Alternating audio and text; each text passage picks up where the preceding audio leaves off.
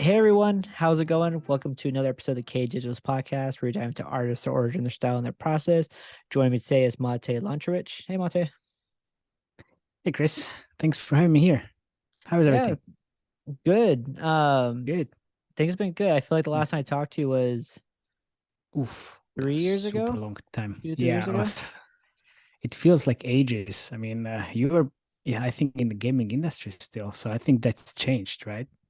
Yeah, now I'm just trying to do photography and more of the modeling, art stuff, which is different, completely different, but Yeah, yeah, um, 100%. it'll be fun, right? But that's what I want to talk Yeah, to you, because I feel like it's a lot of people I've had on this podcast are models, photographers, videographers, but nice. not Okay. really much in the vein of like gaming and marketing, which I feel like is like the combination of a lot of what Yeah, you've done. oh, no, Um, 100%. well, so to let people that are listening know, how would you define yourself in terms of what you are? Are you a UA person? Are you a game developer? Are you just marketing? What are you? Yeah, I'm a UA person. I would say a little bit of creativity and a little bit of data, I would say. Definitely not developer. I don't know how to code anything, and that's my biggest weakness. I would love to know, and then Mhm. I would be like a one-man studio. I would do everything, Oh, but really? I can't. No, it's like no, no, no. But it's like definitely that's something that's missing in my puzzle in terms of building a game studio here. Maybe in Slovakia, maybe not, I don't know, like 10 years. Never say never, right? But I Mhm. don't know anything about coding, and that drives me crazy. So, but yeah, UA and marketing and games. That's my job on a daily basis, basically. Mhm. How because marketing, right, is really broad. So what is UA or user acquisition's role in when it comes to marketing? Yeah, it's very in like simple terms. I'm bringing players to games.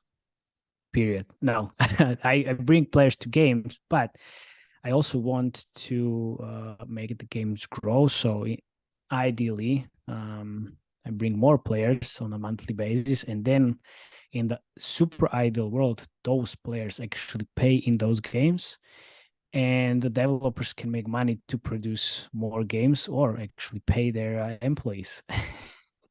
Right. It's always nice.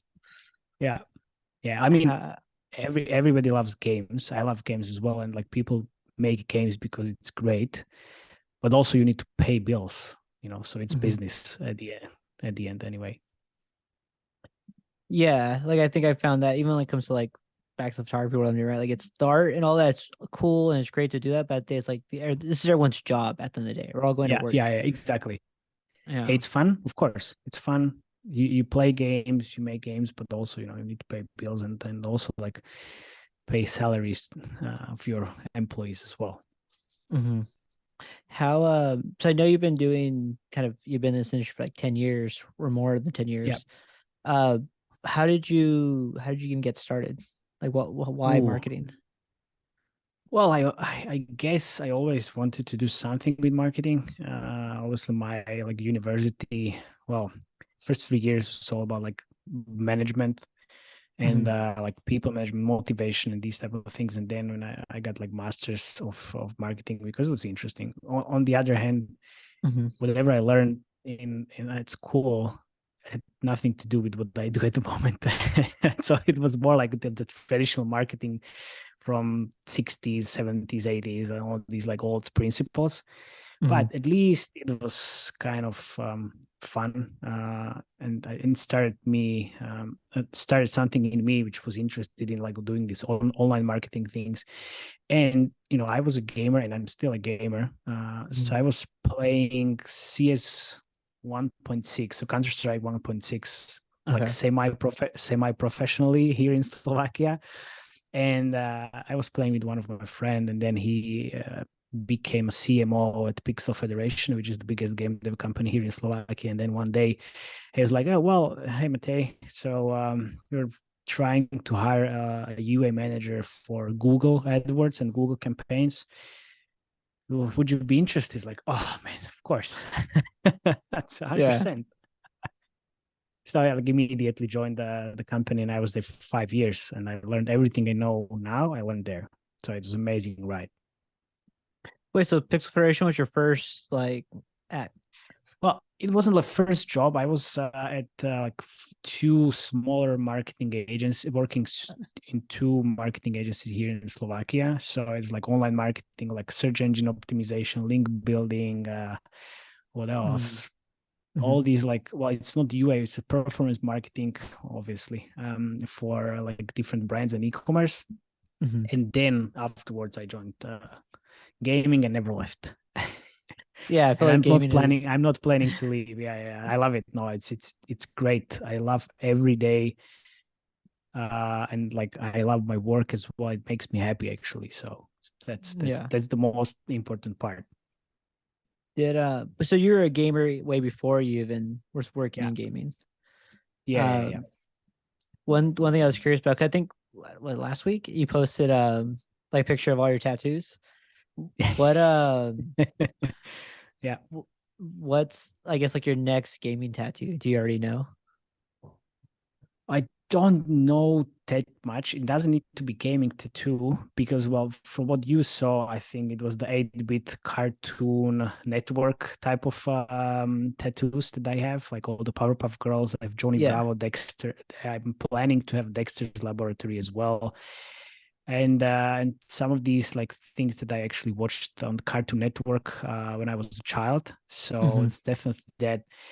But then I have a combination of, I also watch like Rick and Morty, Family Guy, and these like new, let's say new series and comics. So maybe it's gonna be something from that. But since there was a COVID period and I, recently had the child, well, recently last year, so I was like, okay, well, let's give tattoos a break a little bit. But Yeah. I already wanted to have another one like 2 weeks ago, but we are leaving for vacation tomorrow. So it's not like tattoos and tanning doesn't go well together. Oh, yeah, you did mention you're gonna go traveling soon. Yeah, yeah, yeah. What's cool though, you already have an idea what that you already have an idea that there is gonna be a next one. That it's not Oh yeah. stopping Oh well, anytime soon. there's always gonna be a next one. As soon as you start, it never ends. Basically, that's what everybody said. Like, oh well, no, no, no, no, that's not gonna happen to me. I don't want anything else. And then it's Yeah. like there. Yeah, I have two sleeves, like full, almost full front of the body, and it's like, yeah, of course, there's always something. Yeah. I don't have one yet, but like I want to get a sleeve like soon. Just every time Nice. I've booked appointments and for some reason it never goes through. Like something always Yeah, happens. But it's like yeah, yeah. I So think I it's found not someone meant. reliable. Yeah. It's not meant to be yet. It's you need to wait for it, I guess. Yeah. And that's where I feel like I'm rushing it. But I have on Instagram like the go-to people I want to go to next. Like Yeah, yeah. That was perfect. at some point it's gonna happen and I'll have a sleeve. Yeah, Um yeah. Well, go for it for sure. It hurts it hurts like hell on some parts. So yeah. just you know. Yeah. Hopefully I'll hang in there. Yeah, yeah, of Um course. we'll bring it back from the art talk, you know.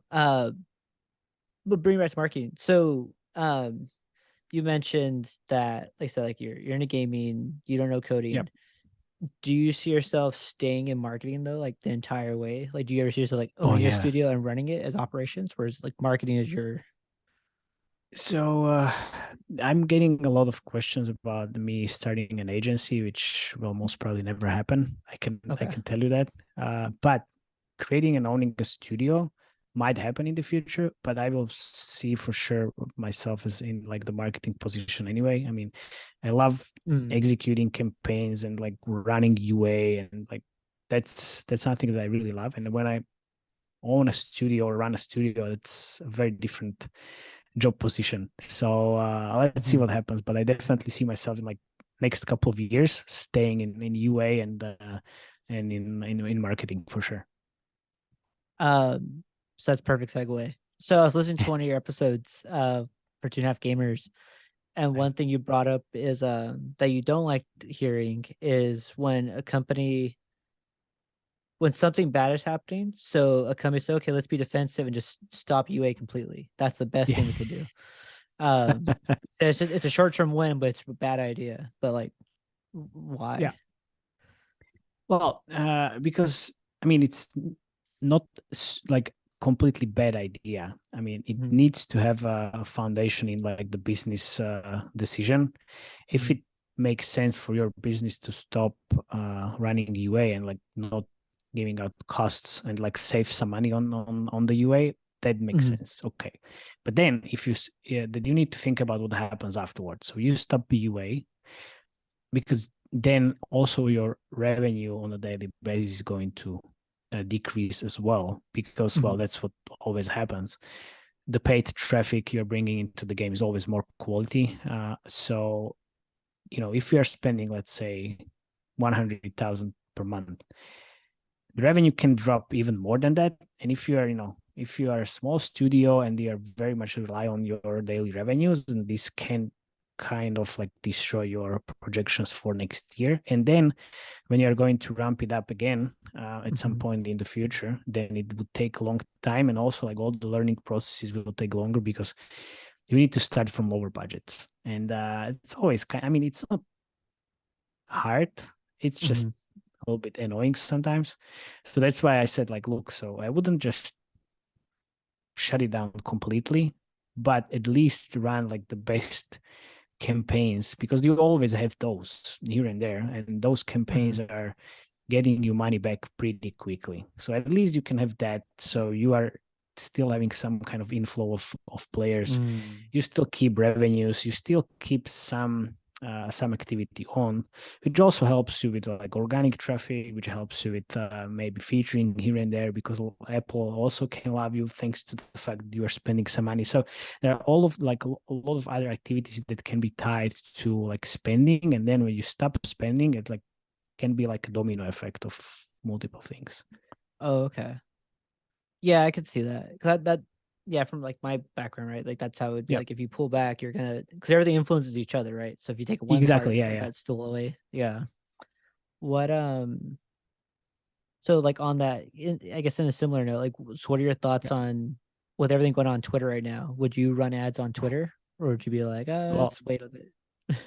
I tried Twitter before and it always sucked. So I from what is happening now, I mean, I don't even have any motivation to run campaigns there, or haven't any motivation to run campaigns even before what started to happen. Mm. I'm just now sitting back and enjoying popcorn and like watching it as a like comedy show. It's it's just hilarious. Yeah, it's been fun. Like I don't, I've told my like I tried using Twitter like 4 different times in my life, and every Mhm. time I make an account, I'm just like I just don't know what to do with this. I'd rather go to YouTube for video, and I'd rather go to Instagram Yeah. pictures. But I don't really, yeah, Yeah. I have Twitter, but I don't Twitter account, but I don't use it that much. I'm always on, yeah. on LinkedIn, and that's where I am, like on almost like a daily basis and like a couple of hours a day. Twitter, not so much, but maybe it's also because like in Slovakia where I'm based, it's like the Mhm, Twitter is not the most common like social network, so no, almost mhm, nobody uses it here. So it's so I'd like, meh, okay, let's try LinkedIn. On the other hand, I mean, I don't work with any Slovakian companies. I only work with companies around the world. So I mhm, guess that could be an argument to use Twitter more often, but mhm. everybody's on LinkedIn anyway. Yeah, I feel like everyone in that Yeah, crowd is on. Everyone's always on LinkedIn. Like it's just yeah. a foundation. Like you kind of need it. But yeah, um, It was fun when I joined LinkedIn. It was like very early, and like nobody mhm, was there. I was mhm. like, okay, so what I'm gonna do here? I was like, there was almost a tumbleweed from Western, like going for the LinkedIn Yeah, dashboard, but yeah, but now it's just like, yeah, it's great. yeah. Or I think when I did it, I thought it was a job posting, like to find jobs. Yeah, Made the yeah. account and then someone I had networked with like was like, "Oh, you're on LinkedIn for like that's great. You should use it as like not just that." And then I just been Yeah, around since, you know. yeah, Um for sure. No, it's like on Link it's great, great reach, everything. I mean, I talk to people there quite Mhm. often, actually, way more than Yeah. on Facebook. Yeah, it's not the same. Yeah, I think LinkedIn's good for you can have different conversations on LinkedIn than you would other Yeah, places because you kind of it puts you in a box, but it puts you in like a you know what to expect a little bit more. yeah. That's true. Um well perfect. So one thing I'm curious to get your thoughts on. So like LinkedIn's a professional place, right? But if Yeah. you listen to your podcast, read your blogs, you're not afraid to be honest and cuss and tell it like it is. Are you ever afraid Yeah. of that like coming back to you on LinkedIn? Where you're like, no, this is what I do. Yeah, yeah, this is what I do. Yeah, I don't care too much, and even if anyone wants to like comment, please, yeah, please do. That's what I love about Mhm. like being honest, and I can take like honest feedback as well. I mean, that's the part of being honest, Mhm. which didn't go super well in my previous jobs because I always gave like like maybe like too honest feedback. Not Mm. every person can handle that, Mhm. and that put me in a like very different situation sometimes. But I can handle it because well, I've been in this situation so many times before, and actually I love it. It's like why to not to be honest actually. Mhm. So yeah, it's been always fun, and there were some people that's been calling me out for some comments. Pretty went pretty But it's well not stopping. actually. Yeah, Yeah. yeah. Oh, But for sure. Yeah, man.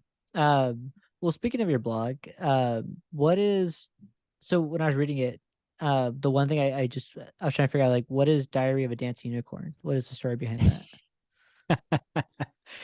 So it's a segment of my my experience from the past, usually like the situation that happened to me, because it was so ridiculous sometimes that I was just like, okay, well, let's try to share this with others, but not as me, but it's like let's try to think about something very fun, and that's Okay. like something very rare as well. Like, oh Hmm. well, let's try dancing unicorn. Why not? And what is so what is the purpose of your blog? What are you trying to accomplish or communicate with it?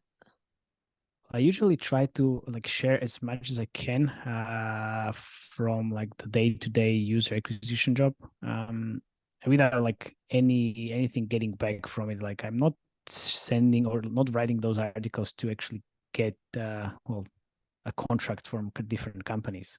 Hmm. I try to share this because I feel like I was super lucky to end up where I am at the moment, to be able to launch like 30 games in the last 4 years and work Hmm. with so many companies that I sometimes feel I don't even deserve that. So I was like I'm trying to give this opportunity back to the industry, and it seems like it's actually working quite well because those like tips and newsletter and the blog is actually very well received, and that's great because I what I found out when I started like having talks at the conferences, it was like a lot of like vague fluff and like nothing very concrete and useful. I was like, okay, well, let's change this a little bit. Yeah.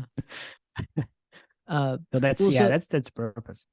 so how do you get better than as like a well marketer but UA person? Like 'cause you've been here for so long and you definitely know what you're doing, but if conferences aren't the place to learn that, how do you learn that?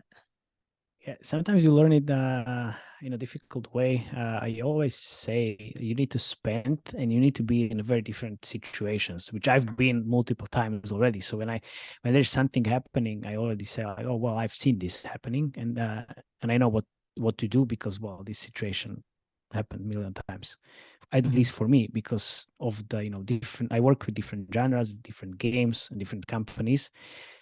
So the experience is important. So you need to spend quite a lot of money in different genres to actually be able to grow and improve over time. That's what I think. Mhm. And that definitely helped me. Yeah. How do you convince someone or a job to give you the budget when it's you don't do you ever have a sense of like I don't know if this is going to work, but we need to test it? Well, I always try to start with like lower budgets, and then when something works, then we can scale it up. And Mhm. I've been in a situation with different like in my previous jobs when some some of my colleagues had the different approach. Like, let's spend 200,000 and we'll see what happens. Like, whoa, no, no, no, no, no, no, no.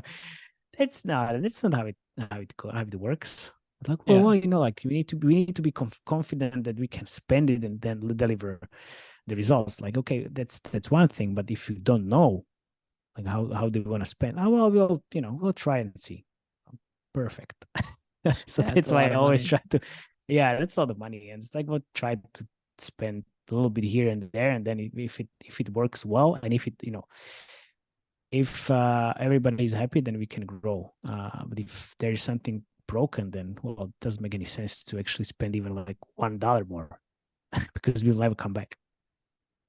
Yeah, I think that's where it's interesting because like back in the world right now where I'm like photography and modeling, it's like Yeah, everyone's approach is all organic and yeah, networking. But it's like when do you activate paid? And if you do, how much like do I spend $20 a day or am I just lighting that on fire because it's not enough to do anything? yeah, yeah, Yeah. yeah. So, Well, but it's like in gaming, it's different. At least I think I also had like an e-commerce brand. That's where I started, like mm, let's say the entrepreneurship. And then when I compared that the e-commerce with gaming, it's just like very different world, super different world. So like all the like tracking, player behavior, like retargeting, everything. It's just selling products, like physical product is different than like digital products in games. so you think that like obviously you said you're gonna stay in gaming, but if you left to go do like fashion or for restaurants, do you like do you think you'd be able to figure out like the metrics for you for that type of Yeah, well, field? yeah, 100%. I mean, it would take some time to actually start orienting in the e-commerce or restaurants. So I did e-commerce before. We sold the brand. We had actually like men's accessories, so bow ties, bracelets, notebooks, and these like MacBook covers and stuff like that. It was kind of like nice. Mhm. But then I went to gaming. So You went to if I gaming. need to come back, yeah, if I need to come back, I could potentially I just need to refresh my memories because well, I built the search engine optimization for that e-commerce brand, and we get like 90% of sales organically. So it was Mhm. working quite well back in days. So I would definitely need to refresh that memory because everything is changing so rapidly, not in gaming but everywhere everywhere in marketing. Yeah. uh, so I would figure it out. I mean, I love challenges, so I Mhm. would definitely do it. Well, so speaking of challenges, well, I want another like your like thought question, right? I I don't know if you post this for reviews on your blog or not, but you mentioned like if you want to um like if you want to make a better I think I might listen the context wrong, but the quote was like if you want to do more and get better quality games, only target Android OS 12. Yeah, Um okay, I know but what you mean. Yeah, no, it was but if you it was more. Yeah, sorry, go on. no, go ahead. Yeah, I think you already know what I'm getting at. It was more about not the quality games or like quality players. It was just some games these days are made for high-end devices, and on Mhm. Android there's like thousands of devices that are like low end and just can't players can't play your game properly, so it crashes, it lags, and it's not a very good experience. So, and you don't want that because well, the players won't enjoy, and then your numbers won't be very statistically significant because well, the players can't do much because the game sucks on their device. So you can Mhm. you can then like exclude these devices from your campaigns and target only those people that actually enjoy playing the game on their phones because they can, because their device can handle all the technicalities. Yeah. Do you think if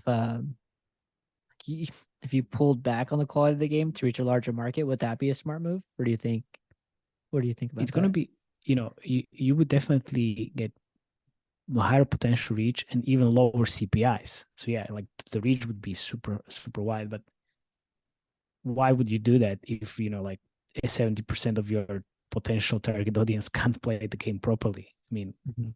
if you want to just fake the CPI, yes, you can do that, but that comes with the price. The retention will be lower because, well, of course, like who would want to get back to the game that crashes all the time and you can't enjoy it properly? Yeah.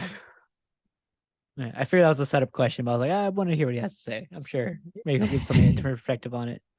Um, well, so I know to get near wrapping it up. So I said you've been doing this for such a long time. Gaming is show to not stop taking off even with pandemics happening. Um, Yeah. if someone wants to get into it though, from like a market perspective, like how you did, what would be some advice for them from based off your experience? Yeah, so I think like my career only is like starting off now, to be honest. It's like the first few years I spent at Pixel Federation, I wasn't talking to almost anyone in the industry. And that was super wrong move, to be honest. Mhm, Now I talk to everybody, or at least as many people as possible from the industry to actually get those like insights and get those learnings from them and exchange the knowledge, because that's mhm, important. If you don't talk to people, well, you won't almost see anything, because some of the companies that are there, they have only one or two games. And if you want to grow, you need that experience that I mentioned before, or you need to spend against those. So yeah, I think like just go in, talk to people. I will find a mentor, for example, from the industry, which is definitely willing to help you grow and like learn a lot. That helps. That helps. mhm. I mentored like 3 or 4 people, and now they're like senior people at like very big companies in gaming, and that was like the best feeling ever when one of these guys like came to me at like one conference. It's like, hey man, thanks a lot for whatever you've done for me. I'm now in the big league and working at a very big company. Like that Mhm. felt super good. So I think like this can work also for the new people in the industry. And then obviously you need to read a lot and play games. If you don't like games, well, Mhm. it's gonna suck. I mean, it's doable, but it's gonna suck because you need to be, happy, and you need to love what you do. That's the important part. And playing games is like very big portion of it. So if you Mhm. don't like games and don't play games, I would just try something else. Yeah. Do you well, I know I said the last question, but a quick bonus question. Do you play more Yeah. mobile games or console games or PC games?